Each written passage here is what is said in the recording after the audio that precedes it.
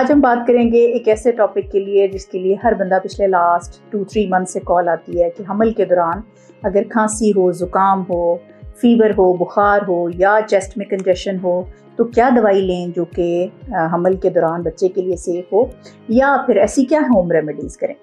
तो हमल के दौरान हमारी कोशिश होती है कि हम ऐसी दवाइयाँ ना इस्तेमाल करें और मिनिमम जो है वो ड्रग्स का इंटेक रखें। तो इसलिए हम पेशेंट को यूजुअली होम रेमेडीज़ के ज़रिए ट्रीट करने की कोशिश करते हैं। अब इन होम रेमेडीज़ में बहुत सारी छोटी छोटी चीज़ें हैं, जैसे कि आपके घर में आम तौर पे जिंजर टी, अदरक की चाय, जुशांदा या सब्ज़ चाय ये इस्तेमाल की जाती है और ये सेफ़ है, प्रेगनेंसी में आप ले सकते हैं। दूसरी चीज़ सूप्स, हॉट ड्रिंक्स जैसे गर्म दूध करके ले लेना, शहद ले लेना, जुशांदा ले लेना, कॉफ़ी ले लेना, चाय ले लेना या गर्म करके पानी ही पी लेना, ये सब सेफ़ है प्रेगनेंसी में। तीसरी चीज़ जो हम कर सकते हैं दैट इज़ कि वो अगर आपको स्टीम इन्हेलेशन है, क्योंकि ये जो फ्रंटल हमारे साइनसेस हैं, नेज़ल साइनसेस हैं, ये सारे ब्लॉक हो जाते हैं जब कभी भी आपको फ्लू या फीवर का अटैक हुआ होता है, तो आप स्टीम इन्हेलेशन से इन सारे साइनसेस को खोल सकते हैं।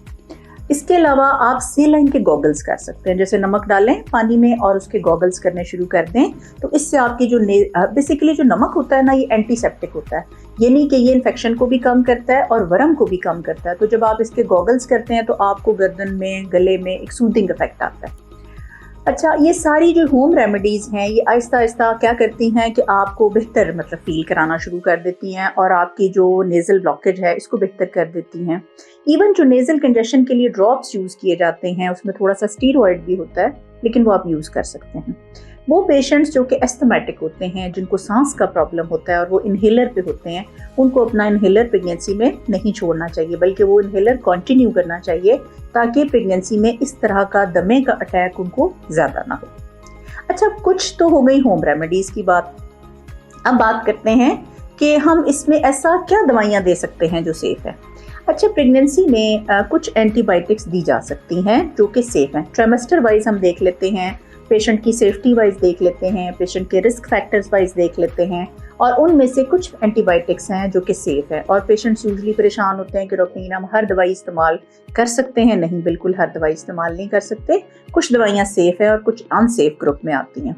इसी तरह से कफ सिरप्स हैं, जिनमें से अगर हम डेक्स्ट्रोमेथोर्फिन वाले कफ सिरप्स कहें तो वो यूज़ हो सकते हैं, लेकिन कोडीन वाले नहीं यूज़ हो सकते।